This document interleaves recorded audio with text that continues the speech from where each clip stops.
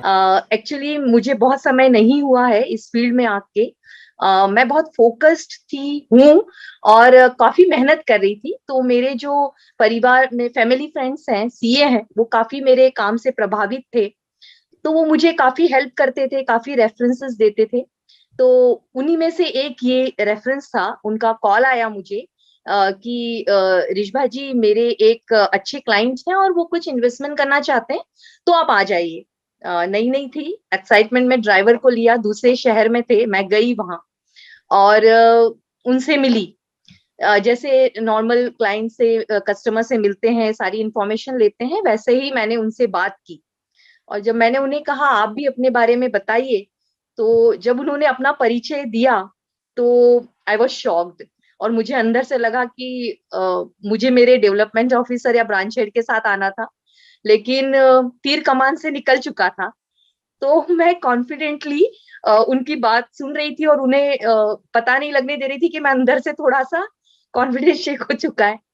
तो जब मैं उनसे उन्होंने सारी बातें मुझे बताई, फिर उन्होंने मुझे एक स्टोरी बताई कि उनके फ्रेंड जो है वो हस्बैंड वाइफ की डेथ हो चुकी है, उनके बच्चे छोटे हैं। और उन्होंने जो अमाउंट बताया इन्वेस्टमेंट का, वो मेरे इमेजिनेशन के बाहर का था। तो उनका कहना था कि इसके लिए आपको एक स्ट्रेटेजी बनानी है जिसमें बच्चे यूएस में अ, वहीं पर सेटल हो जाएंगे।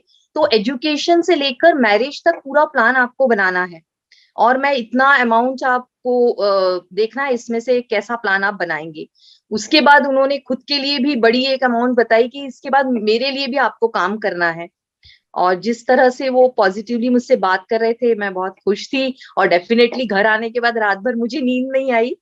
और मैंने उस पे कहा कि बहुत मेहनत की मैंने उस कॉल पे।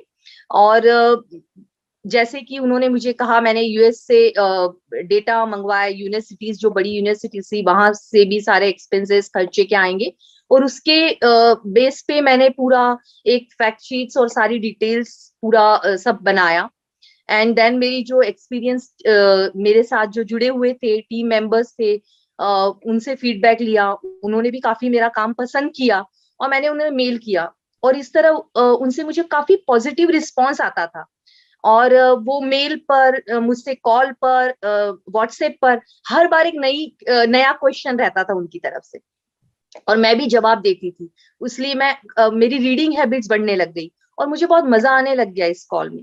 और मुझे अंदर से एक कॉन्फिडेंस भी बिल्ड होने लग गया कि इतने बड़े शख्स मुझसे रोज कोई ना कोई एक क्वेश्चन पूछते हैं और मैं उसका जवाब दे रही हूँ।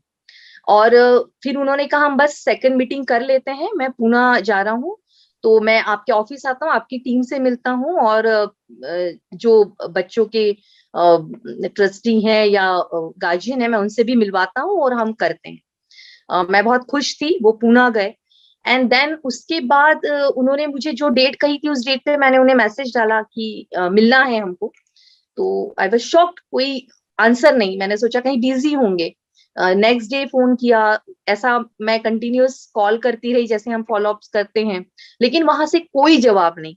मुझे समझ में नहीं आ रहा था कि जो शख्स मुझसे एक दिन पहले तक इतने सारे क्वेरीज क्वेश्चंस कर रहे हैं, पॉजिटिव रिस्पॉन्स दे रहे हैं, अचानक क्या हो गया।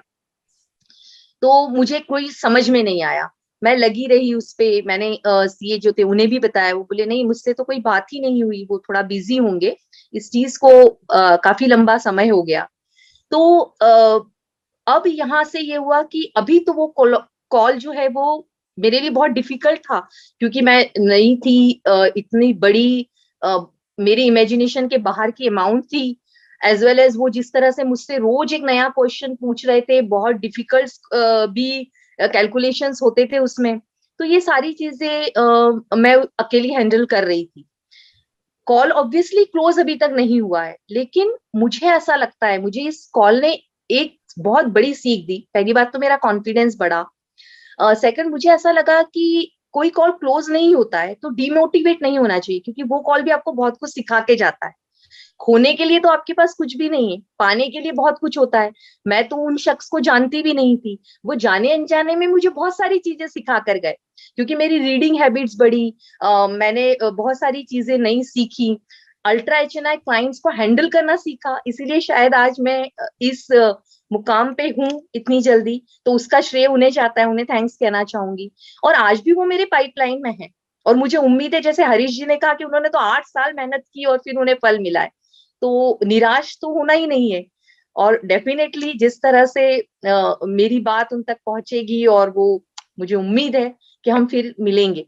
तो कहना यही है कि आप अपने काम पे विश्वास कीजिए। और एक और सबसे बड़ी चीज मुझे जो सीख यहाँ पे मिली, कि आपको आपकी टाइम वैल्यू पता होनी चाहिए। तो आपने कितना समय देना है, कस्टमर बड़ा हो छोटा हो, बात वो नहीं है, हमें अपनी टाइम वैल्यू समझनी है। एज वेल एज आपको मेल पर, व्हाट्सएप पर आपके सारे पत्ते नहीं खोलने, डिस्क्लोज नहीं करने। देखिए, सामने व्यक्ति डिस्ट्रैक्ट हो सकता है। इस फील्ड में कंपटीशन है। जो शख्स इतनी बड़ी अमाउंट लगा रहा है, वो केवल आपके पास नहीं आएगा, वो और भी लोगों के पास जाएंगे। तो आपको 1 to 1 मीटिंग करनी है, इसको बहुत शांति से हैंडल करना है। ये बहुत सारी चीजें मैंने सीखी है, और आगे मैं इसीलिए कॉन्फिडेंटली कर पाती हूँ।